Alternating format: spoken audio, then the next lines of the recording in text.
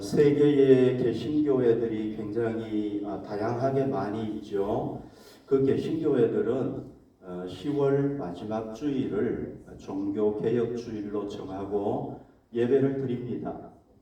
참고로 여러분들에게 말씀을 드리면 루터가 1517년도에 이 95개 조항을 이렇게 붙임으로써 종교개혁이 시작됐잖아요. 그 뒤로 올해가 506주년이 되는 해입니다. 개신교회가 이 종교개혁주의를 지키는 의미가 뭐겠습니까? 왜 이걸 지키겠습니까? 우리가 잘 아는 대로 중세 기독교 교회였던 천주교회가 성경의 진리에서 벗어나서 타락하지 않습니까? 그때 독일의 마틴 루터가 담대하게 일어나가지고 이 잘못된 종교를 개혁했단 말이죠. 그러면서 뭐가 생겼습니까? 많은 개신교들이 태동하게 된 겁니다. 탄생하게 된 거죠. 그죠? 그러니까 우리 개신교로서는 이 사건이 중요합니까? 안 합니까? 우리 개신교를 있게 만든, 탄생하게 만든 사건이란 말이죠. 그러니까 굉장히 중요하죠. 그래서 이거를 1년에 한 번씩 우리가 기념하는 겁니다. 그것과 더불어서 우리는 우리의 신앙을 점검해 봐야 됩니다. 왜 그러느냐? 왜 우리의 신앙을 점검해 봐야 되느냐? 루터 시대뿐만 아니라 우리의 신앙도 언제든지 변질될 수가 있기 때문에, 달라질 수가 있기 때문에 그런 거죠. 그래서 우리는 항상 뭐 해야 되느냐면요, 항상 개혁해야 되는 거예요. 그게 바로 종교개혁주일이 존재하는 의미입니다. 우리가 그냥 과거에 이런 사건이 있었군 하고 지나가면 안 돼요. 그건 절반만 이 종교개혁주의를 지키는 겁니다. 온전하게 지키려면 어떻게 해야 되느냐? 우리가 내 신앙이 혹시 잘못되지 않았는가 점검해 봐야 돼요. 그리고 잘못됐다면 어떻게 해야 됩니까? 루터가 과감하게 개혁했듯이 우리도 우리의 잘못된 신앙을 과감하게 개혁해야 되는 겁니다. 그게 종교개혁주의에 있는 의미인 거예요. 그래서 오늘 우리가 한번 우리의 신앙을 점검해 보도록 하십시다. 사도 바울이요, 1차 전도 여행 때 지금의 터키 지방이에요. 이게 지금의 터키 지방이잖아요. 그 당시에는 이 터키 지방이 이렇게 로마의 지배를 받는 주들로 나눠져 있었어요. 그 중에 갈라디아 주가 있었어요. 갈라디아 지방. 요거예요. 바울이 1차 선교 여행 때 여기에 가가지고 복음을 전한 거예요. 여기에 보면 뭐 안디옥도 있고 이고니온 축제 있잖아요. 여기서 이제 복음을 전한 거예요. 여기에 세워진 교회가 바로 갈라디아 교회인 거예요. 그러니까 여러분, 갈라디아 교회는 하나의 교회를 얘기하는 게 아닙니다. 요 지역에 세워져 있는 교회를 갈라디아 교회라고 하는 겁니다.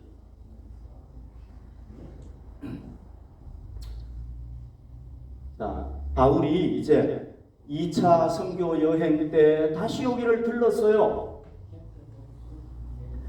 들러가지고 바울이 이제 이 아시아 쪽에 복음을 전하려고 했는데 주님께서 어디로 인도하시느냐 하면은 유럽 쪽으로 복음을 전하게 하시는 거예요. 이쪽이 유럽, 여기 그리스가 있는데. 그런데 바울이 여기에서 떠날 때까지만 떠나가지고 여기 유럽에 올 때까지만 해도요, 이 사람들 갈라디아 교회 교인들이 예수님은 우리의 구주십니다라는 그 믿음, 기독교 신앙을 확실하게 믿는 믿음에 굳게 서 있었단 말이죠.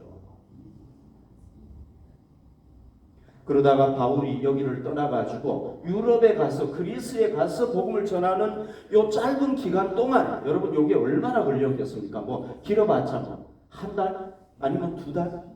요거밖에 안 돼요. 정확하게 모르겠어요. 제가 얼마 안 되는 짧은 기간인 거예요. 뭐 짧으면은 1개월부터 6개월 사이인 거예요. 그렇게 길지 않아요. 요 사이에 이 사람들이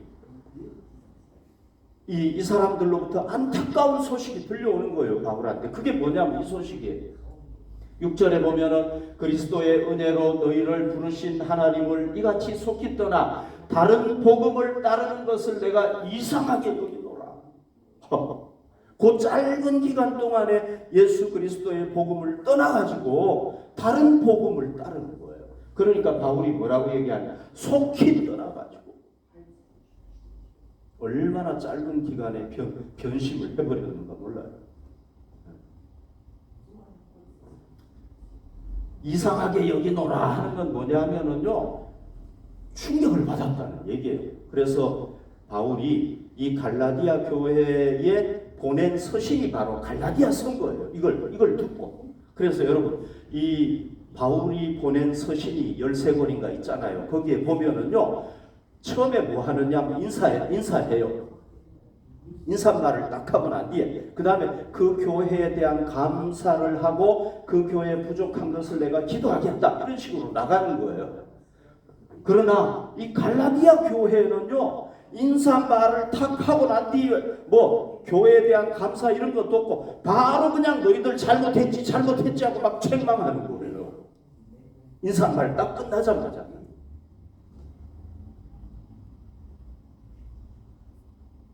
여러분, 이 다른 복음이 뭐겠습니까? 다른 복음은 뭐냐 하면은요, 예수 그리스도를 믿어서 구원받는다는 이 복음이 아닌 거예요. 그럼 뭐냐?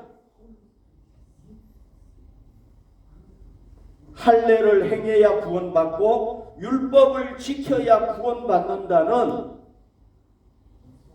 유대주의적인 율법자들이 전하는 이 거짓된 복음, 엉터리 복음, 더 나아가서는 이단 사상을 얘기한단 말이죠. 이게 다른 복음이라. 기독교 복음하고 완전히 다른 복음인 거예요. 이거는. 그러니까 바울이 뭐라고 얘기를 하냐면요, 이거 지금 편지 서두잖아요. 서두에서 뭐라고 얘기하느냐면은 8절에 보십시오. 그러나 우리나 혹은 하늘로부터 온 천사라도 우리가 너희에게 전한 복음 외에, 천사라고 할지라도 우리가 너희에게 전한 복음 외에 다른 복음을 전하면 저주를 받을지어다. 여기 보십시오. 페어플루트. 여러분, 이 저주 받는다는 말을 함부로 할 수 없잖아요. 이게 하면 안 되잖아요, 이거를. 그러나 바울이 여기서 뭐라고 얘기합니까? 저주를 받을지어다. 저주를 쓴 거예요. 9절에도 보면은 바울이 재차 강조하고 있어요. 저주를 받는다. 무섭죠, 그죠? 바울이 이렇게까지 강력하게 얘기를 한 거예요. 여러분, 중세기가 언제인지 아시죠? 초대교회가 끝나고 루터가 종교개혁을 하기 전까지가 중세기 아닙니까? 이게 1000년 기간이에요. 1000년. 약 1000년. 이 중세기 동안에 어떤 일이 일어납니까? 그 당시에 기독교 교회, 천주교회라고 얘기해요.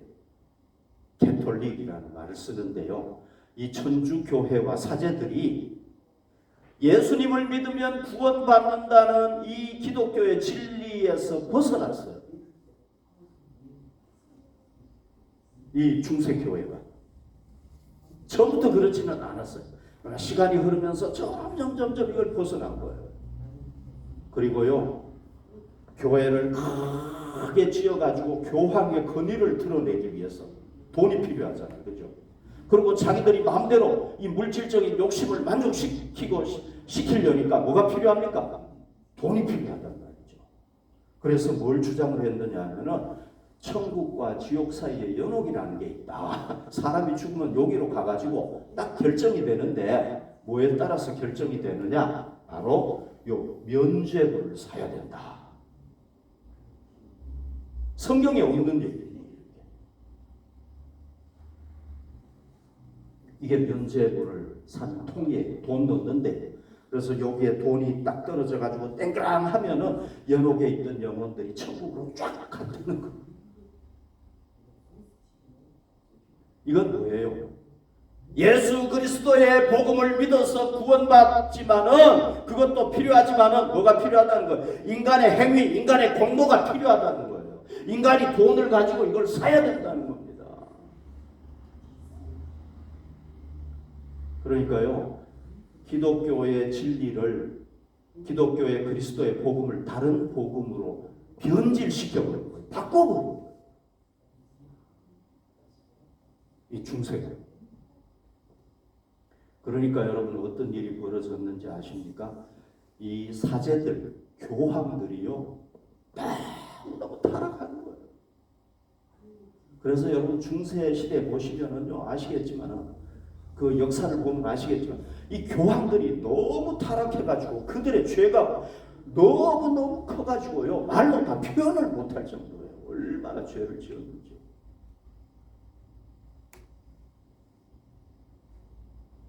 다른 복음을 따르니까 그렇게 되는 거예요. 그리고 또 어떤 일이 있었는지 아십니까? 교회가 타락하면요, 세상이 타락할 수밖에 없어요. 그러니까 그 당시에 유럽 대륙이요, 죄로 꽉 덮인 거예요. 그 교황들이 죄를 지으니까요, 교황 자리에 오래 있지를 못하고, 뭐 2년 있다가 교황 자리에서 물러나고, 뭐 3년 있다가 물러나고, 교황들이 막 수도 없이 바뀌는 거예요. 그리고 그 중세 시대가 뭐가 된 겁니까? 우리는 중세 천년을 가르쳐서 암흑 시대다 이렇게 얘기를 하잖아요. 암흑 시대. 깜깜한 죄만이 거기에 넘쳐나는 시대라고 우리가 얘기하지 않습니까? 암흑 시대. 그러니까 바울이 얘기했잖아요. 너희가 다른 복음을 따르면 저주받는다 그랬는데 이 중세 천년이 교회가 다른 복음을 따르니까 사도 바울이 얘기한 대로 진짜 저주받은 시대가 되어버린 거예요. 여러분 우리가 깨달아야 될 게 뭔지 아십니까? 우리가 다른 복음을 따르면은요 저주받게 된다. 이걸 뭐가 증명을 해주느냐? 중세 천년이 증명을 해준다는 겁니다. 우리가 이걸 잘 깨달아야 됩니다. 지금 우리는 어떤 시대에 살고 있습니까? 이게 뭔지 아시죠? 종교다원주의죠. 그렇죠? 우린 종교다원주의 시대에 살고 있습니다. 여러분 뭐 종교다원주의가 뭔지 아시지만 제가 다시 한번 설명을 하자면은 이 사회에는 여러 종교들이 있잖아요. 이거 외에도 뭐 수없이 있죠. 그죠? 이 종교들은 믿음의 체계가 다 달라요. 기독교가 다르고 불교가 다르고 회교가 다르고 다 믿음의 체계들이 있어요. 어떻게 믿는가 하는 그 믿음의 내용이 있단 말이죠. 그런데 그 믿음의 내용이 다양한 거예요. 그죠? 다양한 거예요. 다 기독교 같지 않아요. 다 불교 같지 않아요. 다 달라요.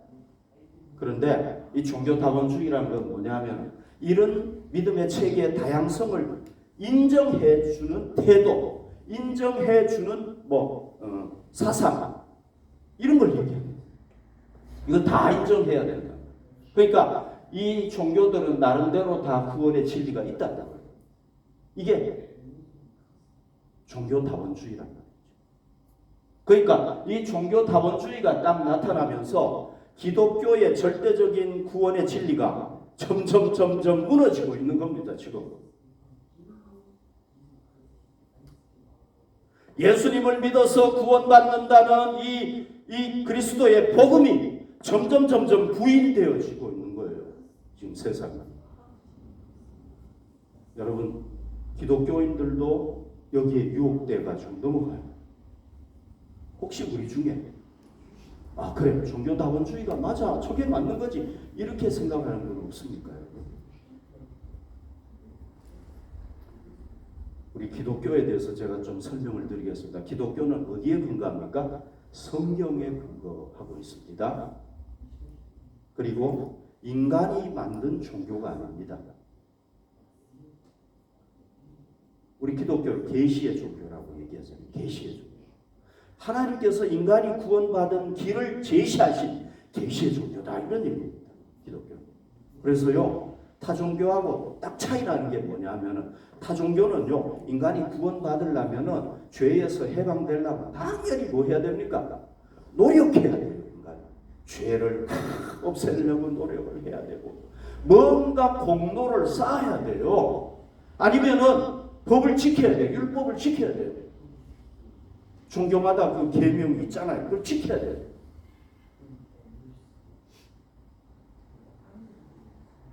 그런데 우리 기독교는요, 그게 아니에요.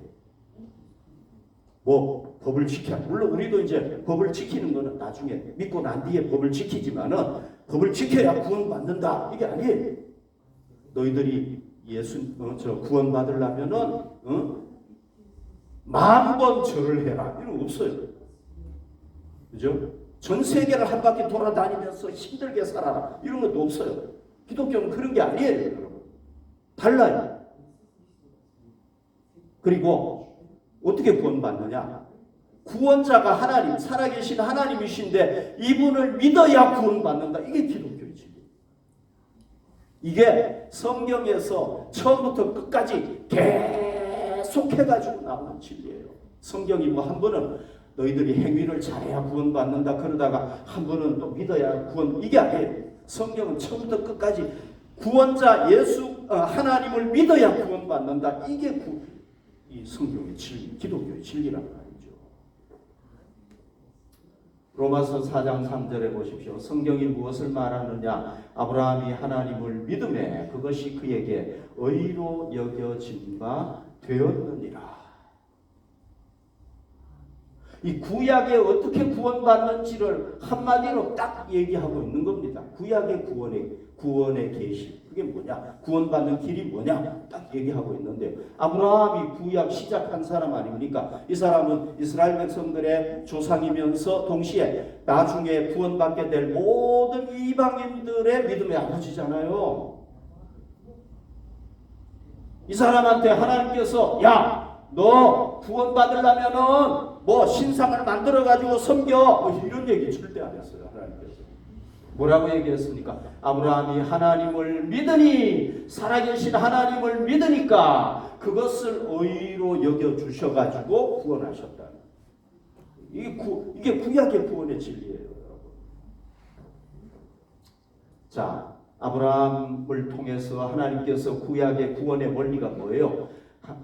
이 세상을 창조하시고 인간을 구원하실 수 있는 하나님을 믿을 때 하나님께서 그래 내가 너를 의롭다고 여겨줘가지고 너를 구원해 주겠다. 너의 후손들도 수많은 후손들도 다 마찬가지다.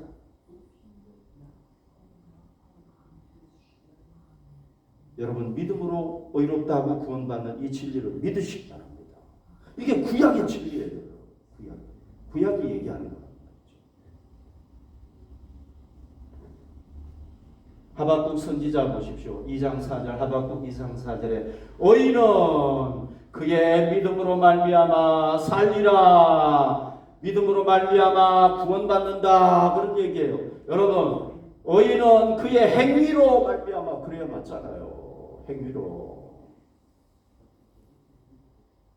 그런데 성경은 구약 성경은 의인은 그의 믿음으로 누구를 믿는 겁니까? 하나님을 믿음으로 말미암아 살게 된다는 이게 구약의 한결같은 진리란 말이죠.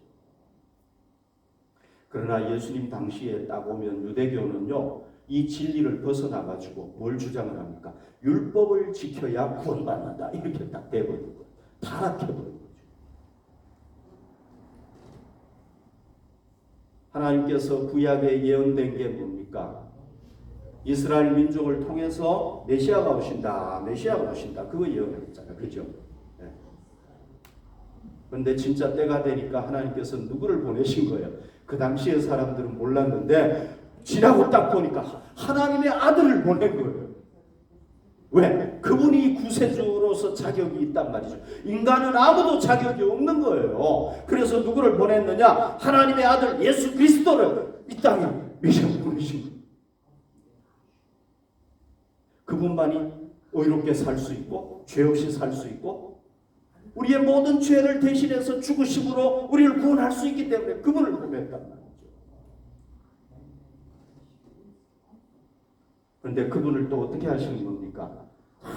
십자가에 못 박아 죽이셔요. 이건 왜 그런지 여러분 아시죠? 그죠? 구약에는 양을 잡아가지고 우리 죄를, 인간의 죄를 첨가해서 사함 받았잖아요.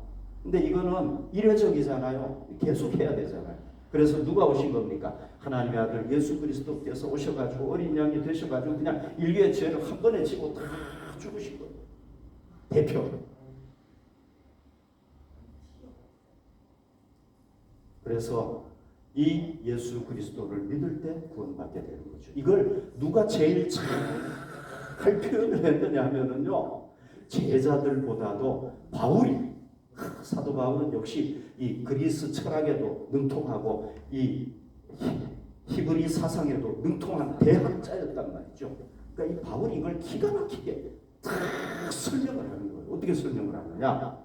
이 유명한 구절이죠. 로마서 1장 16절 17절에 보십시오. 내가 복음을 부끄러워하지 아니하는 이 복음은 그리스도의 복음, 예수님의 십자가와 부활을 얘기한다고 볼 수 있는 겁니다.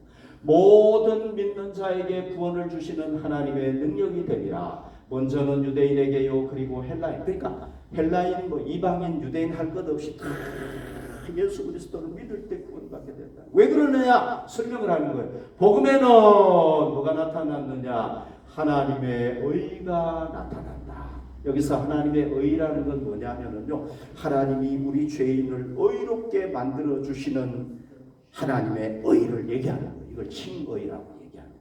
우리가 죄인인데도 불구하고 하나님께서 너는 의인이야, 딱 법정에서 재판관이 선고하면은 의인이 되지 않습니까? 죄가 없어지자. 그것처럼 하나님께서 너가 나를 믿기 때문에, 왜? 다른 방법이 없어요. 우리가 우리 죄를 사함받을 수 있는 다른 방법이 없는 거예요, 여러분. 우리의 전 재산을 드린다고 되는 게 아니란 말이죠. 우리가 대통령이면 대통령 직분을 드린다고 되겠습니까? 안 되는 거예요. 우리가 우주선 타고 하늘에 한번 올라갔다 내려오면 되겠습니까? 그것도 안 돼요. 돈으로도 안 돼요. 하나님 나라 못 가요. 구원 못 받아요. 명예로도 안 돼요. 지식으로도 안 돼요. 여러분, 돈으로 하면 기준을 어디로 하겠습니까, 여러분? 안 되는 겁니다. 그래서 하나님께서 할 수 없이, 야, 내가 주는 구원의 방법 믿기만 해라. 그러면 내가 의롭다고 인정을 해줄게. 이거밖에 안 되는 거예요. 안 되는 거 없는 거예요. 그래서 보십시오. 복음에는 하나님의 의가 나타나서 우리를 의롭다고 해줄 수 있는 하나님의 의가 거기에 나타난 거예요. 십자가를 통해서 우리의 죄를 하나님께서 예수 그리스도에게 다 전가시켜가지고 그분이 대신 죽으셨단 말이죠. 하나님의 의가 나타나서 믿음으로 믿음에 이르게 하나니 기록된 바. 자, 믿음에서 믿음으로 이르게 한다는 건 여러분 아시죠? 그죠? 철저하게 뭐가 필요하다는 겁니까? 믿음만 필요하다는 거예요. 오직 믿음. 믿음하고 너희들 또 행위 돈을 내야 돼. 이게 아니에요. 뭐가 필요한 겁니까? 오직 믿음만 필요하다는 거예요.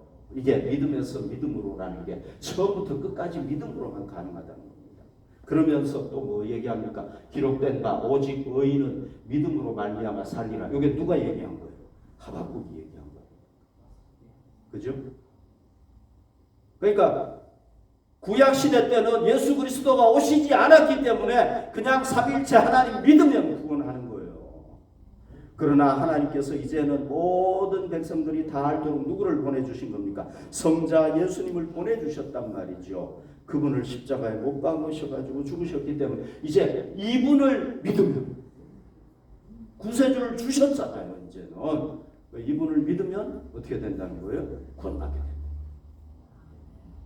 그래서 구약의 믿음으로 구원받는 거나 신약의 구원받는 거나 똑같은 원리.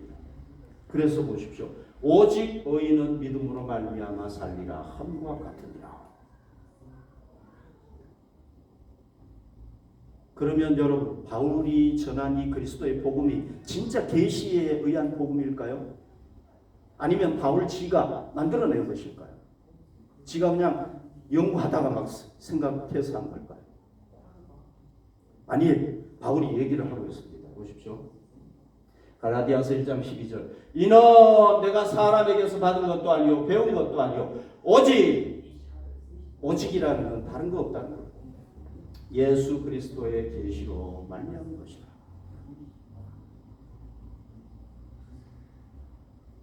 자기가 얘기하고 있죠. 그죠? 그 다음에 이 사람이 어떻게 이렇게 얘기하게 됐습니까? 이 사람이.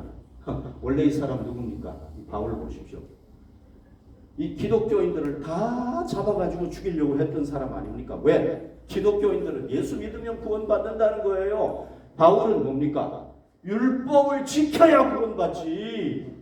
어떻게 그냥 예수 믿는다고 공짜로 구원받아? 말도 안 되지. 여러분 그게 말이 됩니까?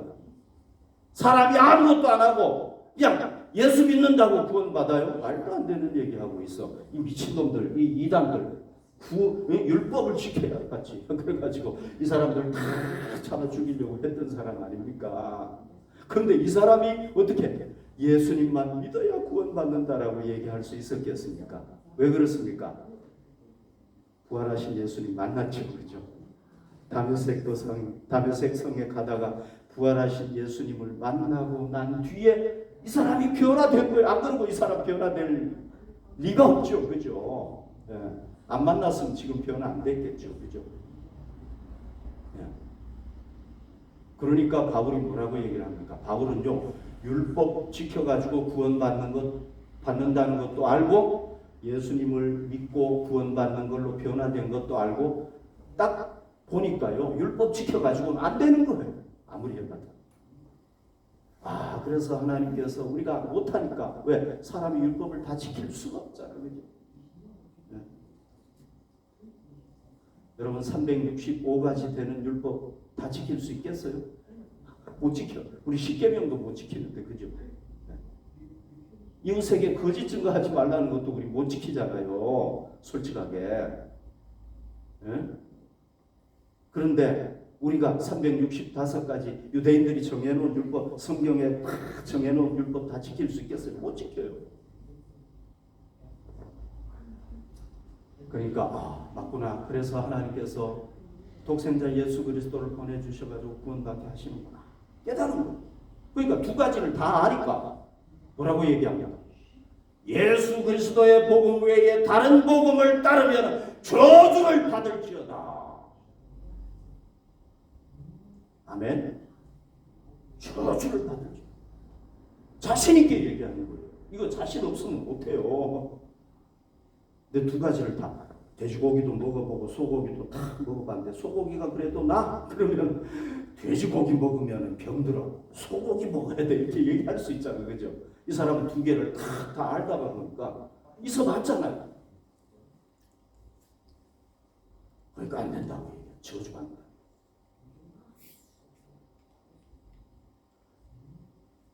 루터, 여러분, 이 루터가 어떤 사람입니까? 루터가요, 자기 이 죄책감에 막 너무 시달린 사람이에요. 그래가지고 이 죄책감을 중세기 때는 이걸 공로를 통해서 뭔가 행위를 해가지고 없애야 된다는 거예요. 그래서 노력해보는데 안 되는 거예요. 한 번은요, 루터가 자기 죄를 씻으려고 막 비누에다가 막 손을 수없이 씻었는데도 안 되는 거예요. 양심에 남아있는 거예요, 죄가 그냥.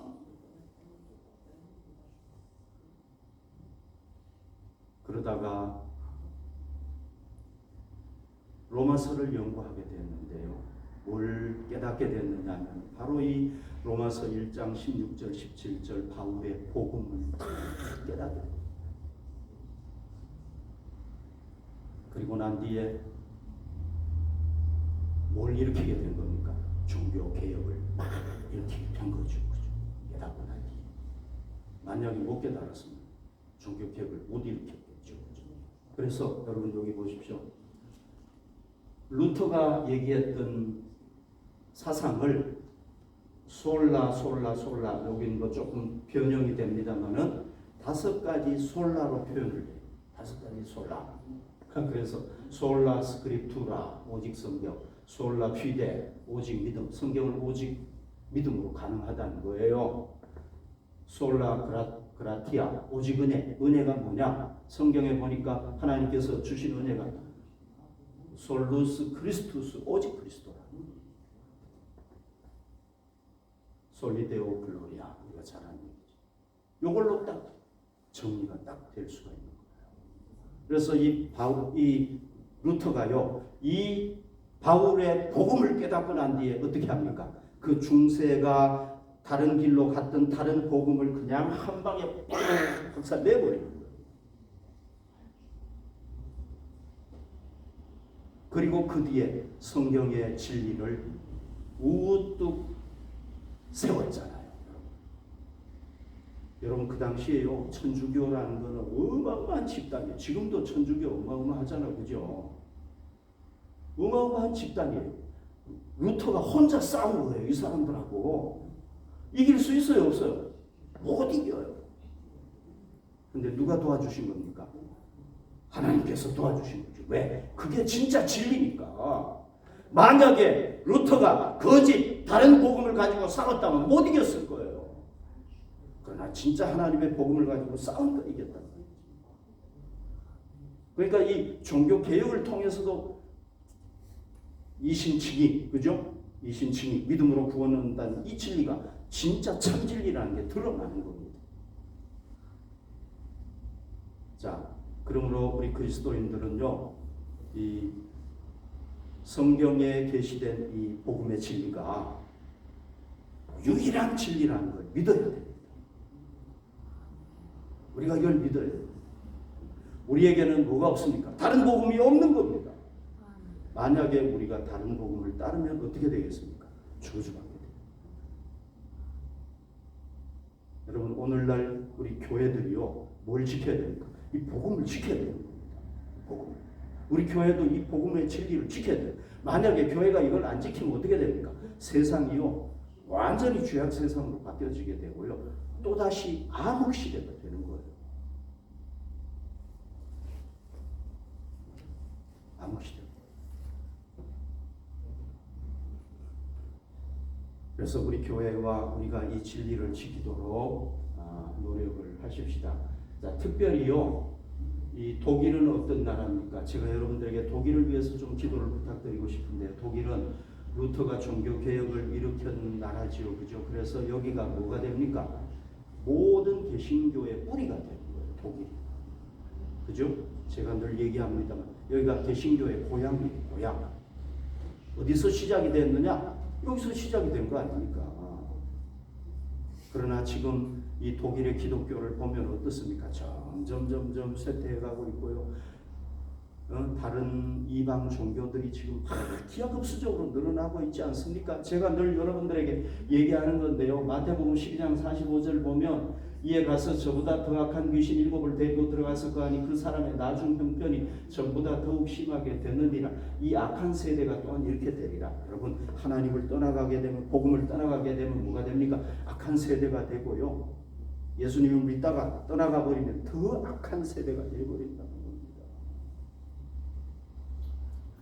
가룟 유다가요, 예수님의 제자로서 따르다가 배신해버리니까요, 인류 중에서도 가장 저주받은 사람이 되어버린 거예요. 차라리 예수 안 믿는 게 더 나아요. 안 믿었던 게 더 나아요.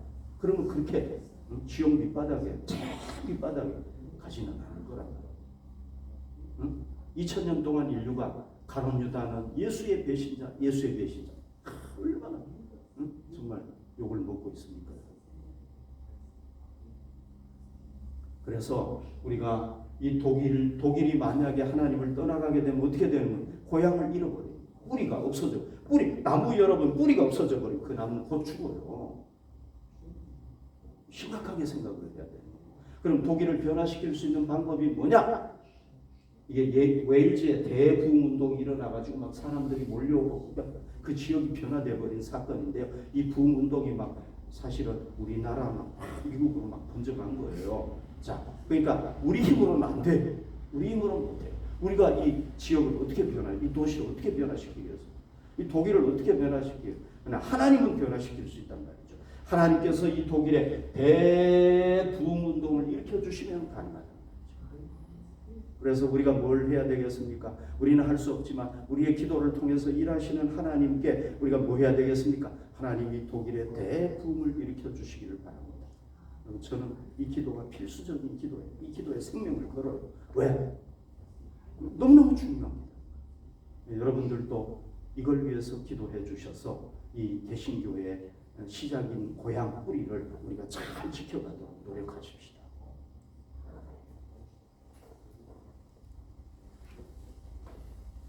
자, 오늘